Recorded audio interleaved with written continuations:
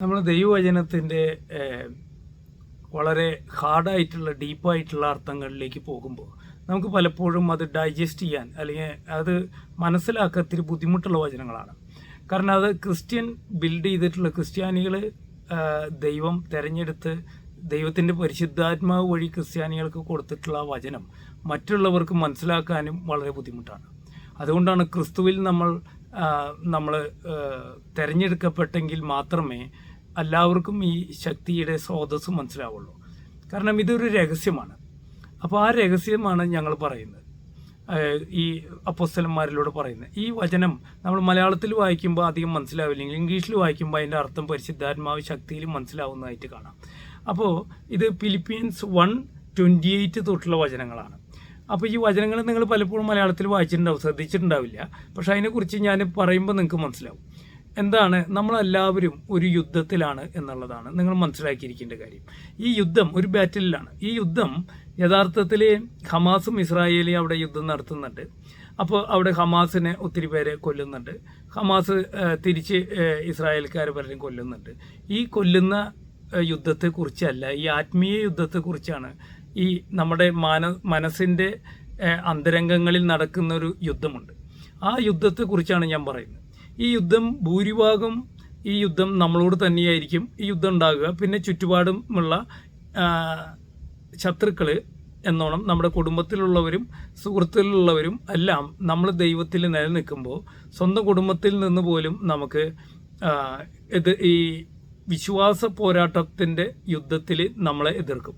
അത് ചിലപ്പോൾ സ്വന്തം ഭർത്താവിൽ നിന്നും ഭാര്യയിൽ നിന്നും മക്കളിൽ നിന്നൊക്കെ ഉണ്ടാവാം, നമ്മളുടെ സഹോദരന്മാരിൽ നിന്നും എല്ലാം ഉണ്ടാവാം. നമ്മൾ ദൈവത്തിൻ്റെ കൂടെ നിലനിൽക്കുന്നു എന്നതിൻ്റെ തെളിവാണ് ഇതെല്ലാം എന്നുള്ളതാണ് നമ്മൾ മനസ്സിലാക്കുന്ന കാര്യം.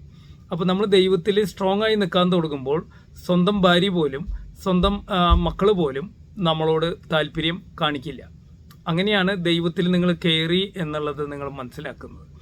അപ്പോൾ നിങ്ങളുടെ പല രീതിയിൽ ആദ്യം നിങ്ങൾ ഈ വിശ്വാസത്തിൽ കയറുമ്പോൾ നിങ്ങളുടെ ഒത്തിരി എതിർപ്പുകൾ ഉണ്ടാകാം. ആ എതിർപ്പുകൾ ഉണ്ടാകുന്നത് നിങ്ങൾ ദൈവത്തിൽ സഞ്ചരിക്കുന്നു എന്നതിൻ്റെ തെളിവാണ് എന്നാണ് അപ്പോസ്തലന്മാർ പറയുന്നത്. അങ്ങനെ നിങ്ങൾ ദൈവത്തോടു കൂടെ ഉറച്ചു നിൽക്കാൻ തുടങ്ങുമ്പോൾ നിങ്ങളുടെ അടുത്ത് നിൽക്കുന്നവർ പോലും നിങ്ങളുടെ ദൈവത്തിലുള്ള ഉറച്ചു നിൽപ്പിന് ഇഷ്ടപ്പെടില്ല. അപ്പോൾ നമ്മളെല്ലാം മനസ്സിലാക്കേണ്ട ഒരു വസ്തുത എന്ന് പറയുന്നത്, ഒരു ബാറ്റിലാണ് നമ്മൾ അകപ്പെട്ടിരിക്കുന്നത്. ഈ ബാറ്റിലിൽ നിങ്ങളോടൊപ്പം ആരും ഉണ്ടാകില്ല, നിങ്ങൾ മാത്രമേ ഉണ്ടാവുള്ളൂ. നിങ്ങളുടെ കൂടെ നിലനിൽക്കാനായിട്ട് നിങ്ങളും ദൈവത്തിൻ്റെ ആത്മാവും മാത്രമേ ഉണ്ടാവുള്ളൂ. നിങ്ങൾ ദൈവത്തിൻ്റെ ആത്മാവിനെ സന്തോഷിച്ചുകൊണ്ട് മുന്നോട്ട് നീങ്ങണം എന്നുള്ളതാണ് നിങ്ങളുടെ ഏറ്റവും ഹാർഡായിട്ടുള്ള ബാറ്റിലിൻ്റെ ഭാഗം. അപ്പോൾ ഈ ബാറ്റിലിൽ ബൈബിളിൽ പറയുന്നത് നിങ്ങളുടെ എല്ലാ രീതിയിലും നിങ്ങൾക്ക് നഷ്ടങ്ങൾ നേരിടും. സാമ്പത്തിക നഷ്ടം നേരിടും, ആരോഗ്യപരമായ നഷ്ടം നേരിടും. പിന്നെ നിങ്ങൾക്ക് ഒരു അപ്രീസിയേഷനോ അല്ലെങ്കിൽ ഒരു സപ്പോർട്ടീവോ കിട്ടാത്ത രീതിയിൽ നിങ്ങളെ ഒറ്റപ്പെട്ട പോലെയൊക്കെ നിങ്ങൾക്ക് തോന്നുന്ന ഒരു ഫീലിംഗ് ഉണ്ടാകുമ്പോൾ ഈ അപ്പോസ്തലനായ ഈ പൗലോസ് ഫിലിപ്പിക്കാർക്ക് എഴുതിയ ലേഖനത്തിൽ പറയുകയാണ്. ഇതാണ് പറയുന്നത്, ഫിലിപ്പി 1:28 മുതൽ പറയുന്നത്, don't be afraid of your enemies, okay, always be courageous and this will prove to them that they will lose and that you will win. അപ്പോൾ നിങ്ങളുടെ എനിമി എന്നുള്ള അറ്റാക്കിനെ നിങ്ങൾ ഭയപ്പെടാതിരിക്കുക എന്നുള്ളതാണ് ഏറ്റവും വലിയ രസം. നമ്മൾ ഭയപ്പെട്ടത് കൊണ്ട്, ഇപ്പോൾ നമ്മൾ ബൈബിളിൽ അറിയാം, ദൈവം എപ്പോഴൊന്നും ഭയപ്പെടാതിരിക്കും, ഞാൻ കർത്താവാണെന്നാണ് പറയുന്നത്. 365 എത്രയോ ടൈംസ് പറയുന്നതായിട്ട് നമ്മൾ കേട്ടിരിക്കും. അപ്പോൾ ഭയം വന്നതുകൊണ്ട് യഥാർത്ഥത്തിൽ എനിക്കൊരു നേട്ടവുമില്ല. ഞാൻ എന്നോട് കൂടി തന്നെയാണ് ഈ വചനം പറയുന്നത്. പലപ്പോഴും നമ്മൾ ഭയപ്പെടും, ലൂസ് ചെയ്യോ, എനിക്ക് നഷ്ടപ്പെടുമോ, ഇത് ദൈവത്തിൻ്റെ പരീക്ഷണമായതുകൊണ്ട് ഞാൻ ഇതിൽ നഷ്ടപ്പെടുമോ എന്ന് ഭയം ഉണ്ടാവും. അപ്പോൾ ഈ ഭയം നമ്മൾ ഭരിക്കരുത്. അതാണ് ഇവിടെ പറയുന്നത്. നിങ്ങൾ ഒരിക്കലും ഡോണ്ട് ബി അഫ്രൈഡ്.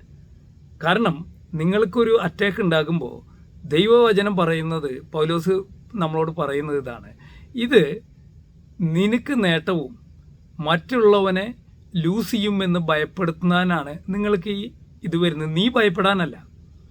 അപ്പോൾ നിങ്ങൾ ദൈവത്തിൽ ഉറച്ചു നിൽക്കണമെന്ന് ആഗ്രഹിക്കുമ്പോൾ നിങ്ങൾക്ക് പരീക്ഷണങ്ങൾ ഉണ്ടാകുമ്പോൾ നിങ്ങൾ മനസ്സിലാക്കേണ്ട കാര്യം ഇതാണ്, അത് നിങ്ങളുടെ ശത്രുവിന് ഭയമുണ്ടാക്കുന്നതും നിങ്ങൾ ഭയപ്പെടാതിരിക്കുകയാണ് വേണ്ടത്.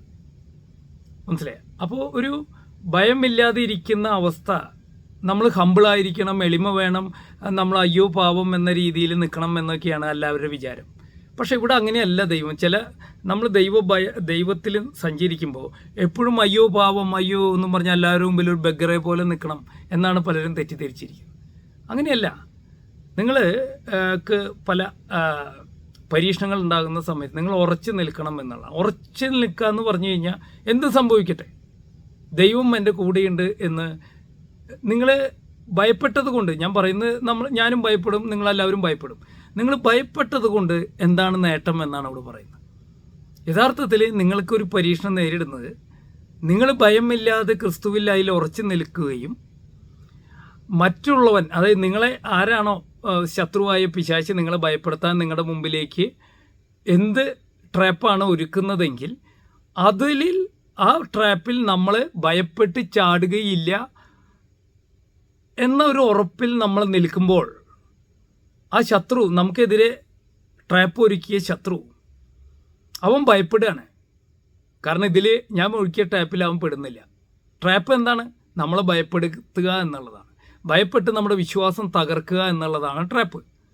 അപ്പോൾ അതിൽ നമ്മൾ പെടാതെ എന്ത് സംഭവിച്ചു കൊള്ളട്ടെ, എൻ്റെ കൂടെ ഒരു ദൈവമുണ്ട്, ഞാൻ വീണാൽ ദൈവത്തിൻ്റെ മുമ്പിലാണ് എന്ന് പൗലോസ് പറയുന്നുണ്ടല്ലോ. ഈ ഒരു ട്രാപ്പ് നമ്മൾ ശക്തിമത്തായിട്ട് നമ്മൾ വെറുതെ എന്തെങ്കിലും സംഭവിക്കട്ടെ, ഞാൻ തകരുകയാണെങ്കിൽ തകരട്ടെ എന്ന് നിൽക്കാനുള്ള ഒരു മനസ്സ് നിങ്ങൾക്ക് വന്നാൽ നിങ്ങളുടെ താഴ്ചയിൽ നിന്ന് താനെ പൊങ്ങി വരും. വെള്ളത്തിൻ്റെ അടിയിലൊക്കെ പോകുമ്പോൾ നമ്മൾ ശ്വാസം പിടിച്ചു കഴിഞ്ഞാൽ താനെ പൊങ്ങി വരും. നമ്മൾ ശ്വാസം വിട്ട് വെള്ളം കുടിച്ചു കഴിഞ്ഞാൽ താന്നു പോകുന്നു പറഞ്ഞ പോലെ നിങ്ങൾക്ക് ഇപ്പോൾ ഞാൻ ഈ പ്രസംഗം പറയുമ്പോഴൊക്കെ നിങ്ങൾക്ക് എന്തെങ്കിലും ഒരു പരീക്ഷണം നേരിടുന്നതായി തോന്നുന്നുണ്ടെങ്കിൽ നിങ്ങൾ ചെയ്യേണ്ട കാര്യത്രേ ഉള്ളൂ. നിങ്ങൾ ആ പരീക്ഷണത്തിൽ എന്ത് സംഭവിച്ചു കൊള്ളട്ടെ, ഞാൻ ലൂസ് ചെയ്യട്ടെ എന്ന് പറയുക.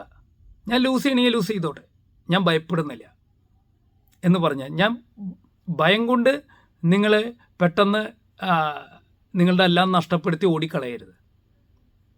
ഇതാണ് ദൈവം ഈ ആഴ്ച തന്ന എനിക്കുണ്ടായ അനുഭവമാണ് ഞാൻ പറയുന്നത്. ഭയപ്പെട്ട് നമ്മൾ എല്ലാം നഷ്ടപ്പെടുത്തി എല്ലാം ഇട്ടെറിഞ്ഞ് ഓടരുത്. അവിടെ നിൽക്കുക. Nothing will happen. ഒന്നും സംഭവിക്കില്ല. ദൈവം നിങ്ങളെ താനെ ഉയർത്തിക്കൊണ്ടിരിക്കും. അതാണ് ഈ വചനം എന്നെ പഠിപ്പിക്കുന്നത്. അപ്പോൾ അത് ഞാൻ പൂർത്തിയാക്കാം. ഫിലിപ്പീൻസ് 1:28 പറയുന്നത്, don't be afraid of your enemies, always be courageous, and this will prove to them that they will lose and that you will win. നിങ്ങൾ വിജയിക്കും, അവർ ലൂസ് ചെയ്യുന്നുള്ളതാണ് ഈ പരീക്ഷണം നിങ്ങളുടെ മുമ്പിലേക്ക്, ദൈവഭക്തൻ്റെ മുമ്പിലേക്ക് പരീക്ഷണം വരുമ്പോൾ ഇതാണ് ദൈവം ഉദ്ദേശിക്കുന്നത്. നിങ്ങളതിൽ ഭയപ്പെടാതെ നിൽക്കുമ്പോൾ, അവൻ്റെ ട്രാപ്പിൽ വീഴാണ്ട് നിൽക്കുമ്പോൾ അവൻ തകരുകയും നിങ്ങൾ വിജയിക്കും എന്ന ഭയം മറ്റുള്ളവർക്കുണ്ടാവുകയും വേണം. അതാണ് ദൈവത്തിൻ്റെ ഉദ്ദേശം. ഇനി മറ്റൊരു കാര്യം, for you have been given the privilege of serving Christ not only by believing in him but also by suffering for him. നിങ്ങൾ ക്രിസ്തുവിനെ വിശ്വസിക്കുക മാത്രമല്ല, അവൻ്റെ സഹനത്തിൽ പങ്കാളികളാവാനുള്ള അനുഗ്രഹം ദൈവം തന്നിരിക്കുന്നു. ഇത് ഒരു രഹസ്യമാണ്, ക്രിസ്ത്യാനികളെ സംബന്ധിച്ച് ഏറ്റവും വലിയ രഹസ്യമാണ്. അപ്പോൾ ദൈവം പറയുന്ന മറ്റൊരു വചനത്തിലേക്ക് ഇത് പൂർത്തീകരിച്ചിട്ട് ഞാൻ പറയാം. അത് കഴിഞ്ഞിട്ട് പിന്നെ കണ്ടിന്യൂ ചെയ്യുന്ന ഇതാണ്, now you can take part with me in the battle എന്ന് പൗലോസ് പറയുന്നത്. യുദ്ധത്തിൽ നിങ്ങൾക്ക് എന്നോടൊപ്പം പങ്കുചേരാം. It is the same battle you saw me fighting in the past and as you hear the one I am fighting still. ആരോടാണ് ഞാൻ fight ചെയ്തുകൊണ്ടിരിക്കുന്നത്? ആ യുദ്ധം ഞാൻ തുടരുകയാണ്. അപ്പോൾ നിങ്ങളൊരു യുദ്ധത്തിലാണ്, അതും മറക്കരുത്. നിങ്ങൾ ഈ ദൈവവചനം കേൾക്കുന്നവരാണെങ്കിൽ, എൻ്റെ ഈ വചനം കേൾക്കാൻ ആർക്കെങ്കിലും ദൈവം കൃപ ചെയ്യുകയാണെങ്കിൽ നിങ്ങളൊരു ബാറ്റിലാണ്. ഈ ബാറ്റിലിൽ ലൂസ് ചെയ്യോ എന്നുള്ള ഭയം നിങ്ങൾക്ക് വേണ്ട. നിങ്ങളൊരു ബാറ്റിലിൽ കടന്നാൽ, നിങ്ങളൊരു സോൾജറായി ബാറ്റിലേക്ക് കടന്നാൽ പിന്നെ ലൂസ് ചെയ്യോ എന്ന് നമ്മൾ ചിന്തിച്ച് പിന്തിരിഞ്ഞ് ഓടിയിട്ട് കാര്യമില്ല. പിന്തിരിഞ്ഞ് ഓടിയാൽ നമ്മളെ വേഗം കൊല്ലും. നമ്മൾ ബാറ്റിലിൽ കടന്നു കഴിഞ്ഞു. പിന്നെ ഇവിടെ നിൽക്കുക, ലൂസ് ചെയ്യണമെങ്കിൽ ലൂസ് ചെയ്തിട്ട് മുന്നോട്ട് ഫൈറ്റ് ചെയ്യുക എന്നുള്ളതാണ്. ഈ ഫൈറ്റ് എന്താണെന്ന് വെച്ചാൽ, ഈ ഹമാസും ഇസ്രായേലും ഉക്രൈനും റഷ്യയും തമ്മിലുള്ള യുദ്ധം പോലെയല്ല. നമ്മൾ അങ്ങോട്ടും ഇങ്ങോട്ടും ആരും കില്ല് ചെയ്യുന്നില്ല. അതാണ് യുദ്ധത്തിൻ്റെ പ്രത്യേകത. ക്രിസ്ത്യാനികളുടെ ഏറ്റവും വലിയ പിടിച്ചു നിൽപ്പ്, നമ്മൾ നമ്മുടെ എനിമീനെ തകർക്കുന്നത് എങ്ങനെയാണെന്ന് വെച്ച് കഴിഞ്ഞാൽ, നമ്മൾ സ്വയം സഹിച്ചിട്ടാണ് തകർക്കുന്നത്. എനിക്കും സാധ്യമല്ല, നിങ്ങൾക്ക് സാധ്യമല്ലെന്നറിയാം. പക്ഷെ ദൈവത്തിൻ്റെ ആത്മാവ് നിങ്ങൾക്ക് ശക്തി തന്ന് നിങ്ങൾ അവൻ്റെ സഹനത്തിൽ പങ്കുചേരാൻ ദൈവം അനുഗ്രഹിക്കപ്പെട്ടാൽ എന്താണ് രഹസ്യമെന്ന് ഞാൻ പറയാം. ഇപ്പോൾ ദൈവം പറയുകയാണ്, ഒരു ചെടുത്തടിച്ച് മറ്റേ ചെട് കാണിക്കുക എന്ന് പറയുമ്പോൾ, ഒരു ചെടുത്തടിച്ച് അപ്പോൾ നമ്മൾ തിരിച്ചടിക്കും അല്ലേ? ഇപ്പോൾ മുസ്ലിം ആണെങ്കിൽ, യഹൂദന്മാരാണെങ്കിൽ, ഹിന്ദു ആണെങ്കിലും ഒക്കെ എല്ലാവരുടെ തത്വം ഒന്നാണ്, അടിച്ചു കഴിഞ്ഞാൽ എനിമീനെ തിരിച്ചടിക്കുക എന്നുള്ളതാണ്. ക്രിസ്ത്യാനിയുടെ തത്വം അതല്ല, തിരിച്ചു കഴിഞ്ഞ് തിരിച്ചടിക്കാതിരിക്കുക എന്നുള്ളതാണ്. കാരണം തിരിച്ചടിക്കാണ്ടിരിക്കണമെങ്കിൽ നമ്മുടെ അകത്തൊരു ആത്മാവിൻ്റെ ശക്തിയുള്ളവന് മാത്രമേ, ദൈവം ശക്തിപ്പെടുത്തിയവന് മാത്രമേ തിരിച്ചടിക്കാണ്ട് കഴിവുണ്ടായിട്ട് തിരിച്ചടിക്കാണ്ടിരിക്കാൻ പറ്റുള്ളൂ. അത് അവിടെയാണ് ദൈവം ശക്തി വെച്ചിരിക്കുന്നത്. ഇപ്പോൾ നമുക്കറിയാം ന്യൂക്ലിയറിൻ്റെ ശക്തിയാണ് ഭൂമിയിൽ ഇപ്പോൾ ഏറ്റവും വലിയ ശക്തി. ഈ ന്യൂക്ലിയറിൻ്റെ ശക്തി ഒളിപ്പിച്ച് വെച്ചത് ഐൻസ്റ്റീൻ കണ്ടുപിടിച്ചത് ഏറ്റവും യുറേനിയം ആറ്റത്തിൻ്റെ ഏറ്റവും ന്യൂക്ലിയസിൻ്റെ അകത്ത് അത് പിന്നെയും അവർ സ്പ്ലിറ്റ് ചെയ്യാനായിട്ട് കണ്ണുകൊണ്ട് കാണാൻ പറ്റാത്ത ഈ യുറേനിയം ആറ്റത്തെ പിന്നെയും സ്പ്ലിറ്റ് ചെയ്ത് വിഭജിക്കാൻ നോക്കിയപ്പോൾ, ആറ്റത്തെ വിഭജിക്കാൻ നോക്കിയപ്പോഴാണ് അതിശക്തിയായ ശക്തി അതിൻ്റെ അകത്ത് നിന്ന് പുറപ്പെട്ടത്. അപ്പോൾ ദൈവത്തിൻ്റെ ശക്തി, ഈ ശക്തി ഒളിപ്പിച്ച് വെച്ചിരിക്കുന്ന കണ്ണുകൊണ്ട് കാണാൻ പറ്റാത്ത യുറേനിയം ആറ്റത്തിൻ്റെ അകത്താണ് ആറ്റോമിക് എനർജി ദൈവം വെച്ചിട്ടുള്ളതെങ്കിൽ, കടുകുമണി പോലത്തെ നിസാരങ്ങളിലാണ് ദൈവം ശക്തി വെച്ചിരിക്കുന്നത്. ഇപ്പോൾ ഒരാളടിച്ചു, തിരിച്ചടിക്കാത്തവിടത്താണ് ദൈവം ഏറ്റവും വലിയ ശക്തി വെച്ചിരിക്കുന്നത്, തിരിച്ചടിക്കുന്നിടത്തല്ല. അപ്പോൾ ഈ രഹസ്യം നമ്മൾ മനസ്സിലാക്കുന്നത്, ദൈവം പറയുകയാണ്, ഈ ലൂക്ക 22 പറയുകയാണ്, ശിഷ്യന്മാർ ചോദിക്കുകയാണ് ആരാണ് ഞങ്ങളിൽ വലിയവൻ എന്ന് പറയുമ്പോൾ യേശുക്രിസ്തു പറയുന്ന മറുപടിയാണ്, നിങ്ങളിൽ ആരാണ് സെർവ് ചെയ്യുന്നവൻ അവനാണ് ഏറ്റവും വലിയവൻ, ഭക്ഷണം കഴിക്കുന്നവനല്ല എന്ന് പറഞ്ഞിട്ട് യേശു പറയുകയാണ്, നിങ്ങളെ ഞാൻ എൻ്റെ സിംഹാസനത്തിൽ ഇരുത്തുകയും ഇസ്രായേലിൻ്റെ 12 ഗോത്രത്തെ വിധിക്കാനുള്ള അധികാരം നിങ്ങൾക്ക് നൽകുകയും ചെയ്യും. അപ്പോൾ ഇസ്രായേലിൻ്റെ 12 ഗോത്രത്തെ ദൈവത്തിൻ്റെ വഴികളും നിയമങ്ങളും നൽകിയതാണ് ഇസ്രായേലിൻ്റെ 12 ഗോത്രം. അതിൽ ലേവി ഗോത്രം പുരോഹിത വർഗം ആവാനും യൂദാ ഗോത്രം രാജ്യത്വമാവാനൊക്കെ ദൈവം അനുഗ്രഹിച്ച വർഗമാണ്. പക്ഷെ അവർക്ക് എന്തു പറ്റി? അവരെ വിധിക്കുവാൻ ക്രിസ്ത്യാനികളുടെ അപ്പോസ്തലന്മാരെ ദൈവം നിയമിച്ചു എന്ന് ദൈവപുത്രൻ നമ്മോട് പറയുകയാണ്. അവരെ വിധിക്കുന്നത് ആരാണ്? ക്രിസ്ത്യാനികളാണ്, അപ്പോസ്തലന്മാരാണ്, നമ്മുടെ 12 ശിഷ്യന്മാരാണ്. യഹൂദന്മാരാണെങ്കിലും ക്രിസ്തുവിനെ സ്വീകരിച്ച യഹൂദന്മാരാണ് അവർ, ക്രിസ്ത്യാനികൾ. ഓക്കെ, അപ്പോൾ ഇവരെ യേശുക്രിസ്തു സിംഹാസനത്തിൽ ഇരുത്താണ്. ആരെ വിധിക്കാൻ? ഇസ്രായേലിൻ്റെ 12 ഗോത്രത്തെ. ഇപ്പോൾ ബെഞ്ചമിൻ നെറ്റന്യാഹു ആണെങ്കിലും അവിടെ ഇസ്രായേൽ ആര് ഭരിച്ചാലും അവരെ റൂൾ ചെയ്യുന്നത് നമ്മുടെ അപ്പോസ്തലന്മാരാണ്, ക്രിസ്ത്യാനികളാണ്. അവരെ വിധിക്കും. അത് ബെഞ്ചമിൻ നെറ്റന്യാഹു ആയാലും ആരായാലും അവരെ വിധിക്കാനുള്ള അധികാരം ക്രിസ്ത്യാനിക്ക് ഉണ്ടെന്നുള്ളതാണ്. ഓക്കെ, ഈ അധികാരത്തെക്കുറിച്ച് പറയുന്നത് ഇങ്ങനെയാണ്. സ്വർഗീയ ജെറുസലേം എന്ന് പറഞ്ഞ സ്വർഗീയ ജെറുസലേം നമ്മുടെ സ്വർഗത്തിൽ നിന്ന് ഇറങ്ങി വരുമ്പോൾ ഒരു സ്വർഗീയ പട്ടണമുണ്ട്, നമുക്കറിയാം. ആ സ്വർഗീയ പട്ടണത്തിൽ അതിൻ്റെ ചുറ്റും ഒരു മതിലുണ്ട്. ആ മതിലിൻ്റെ എല്ലാ ഗേറ്റുകളും ഇസ്രായേലിൻ്റെ 12 ഗോത്രത്തിൻ്റെ പേരുകൾ എഴുതി വെച്ചിട്ടുണ്ട്. പക്ഷേ അതിൻ്റെ ഫൗണ്ടേഷൻ, ആ മതിലിൻ്റെ ഫൗണ്ടേഷൻ ആരാണ്? അപ്പോസ്തലന്മാരുടെ പേരുകളാണ് എഴുതി വെച്ചേക്കുന്നത്, 12 പേരുടെ. മനസ്സിലായ? അപ്പോൾ ഈ ഫൗണ്ടേഷന്മയാണ് ഈ മതിൽ നിൽക്കുന്നത്. ഈ ഫൗണ്ടേഷനാണ് ഏറ്റവും പ്രധാനം. ഫൗണ്ടേഷൻ ദൈവം ആക്കിയത് ആരെയാണ്? ഈ ക്രിസ്തുവിൻ്റെ കുറച്ച് മുക്കുവരെയാണ്. കുറച്ച് മുക്കവന്മാർ ഈ ലേവ്യ ഗോത്രത്തിൽപ്പെട്ട എല്ലാവരെയും, പുരോഹിതന്മാർ എന്ന് വിളിക്കപ്പെടുന്ന എല്ലാവരെയും വിധിക്കാൻ കുറച്ച് മുക്കവന്മാരെ ദൈവം ആക്കി വെച്ചെങ്കിൽ ദൈവത്തിനൊരു രഹസ്യമുണ്ട്. ആ ദൈവത്തിൻ്റെ രഹസ്യമാണ് ഞാൻ പറയുന്നത്. നിങ്ങൾക്ക് ദൈവം ഒരു നിയമം നൽകുമ്പോൾ അതിൽ അഹങ്കരിക്കാനായിട്ടുള്ള ഒരു പിശാചിൻ്റെ പ്രവണത, ഇപ്പോൾ ഞാൻ ദൈവത്തിൽ പ്രസംഗിക്കുമ്പോൾ എനിക്ക് അഹങ്കരിക്കാനുള്ള പ്രവണത ഈ പിശാചി നമുക്ക് നൽകും. അതിലൂടെ നമ്മൾ തകർന്ന് കളയും. അത് ഇല്ലാതിരിക്കാനാണ് ദൈവം കുറച്ച് മുക്കവന്മാരെ അയച്ച് അവന്മാർക്ക് പുരോഹിതന്മാരെക്കാളും സ്ഥാനം നൽകി ഇസ്രായേൽ ഗോത്രത്തെ വിധിക്കാനുള്ള അധികാരം നൽകിയത്. അതുകൊണ്ട് ഇത്രയേ ഉള്ളൂ, നിങ്ങൾ ക്രിസ്തുവിൻ്റെ സഹനത്തിൽ പങ്കാളികളാകുക. അപ്പോൾ എങ്ങനെയാണ് ക്രിസ്തുവിൻ്റെ അപ്പോസ്തലന്മാർ സിംഹാസനങ്ങളിൽ ഇരുന്നത് എന്ന് നിങ്ങൾ മറക്കരുത്. ക്രിസ്തുവിൻ്റെ അപ്പോസ്തലന്മാർ സ്വർഗീയ സിംഹാസനത്തിൽ യേശുക്രിസ്തു ഇരുത്തുന്നത് ഇസ്രായേലിൻ്റെ 12 ഗോത്രത്തെ വിധിക്കുവാൻ യേശുക്രിസ്തു അവരെ നിയമിക്കുന്നത് എങ്ങനെയാണെന്നറിയോ? ഈ അപ്പോസ്തലന്മാർ അടിച്ചവരെ തിരിച്ചടിച്ചില്ല. കൊന്നുകൊണ്ട്, മുസ്ലിമുകൾ പറയുമ്പോൾ മറ്റുള്ളവരെ കൊന്നുകൊണ്ട് ദൈവത്തിനു വേണ്ടി കൊല്ലാനായിട്ട് ഈ അപ്പോസ്തലന്മാർ തുനിഞ്ഞില്ല. മനസ്സിലായ? അവർ സഹനം ഏറ്റുവാങ്ങി. ക്രിസ്തുവിൻ്റെ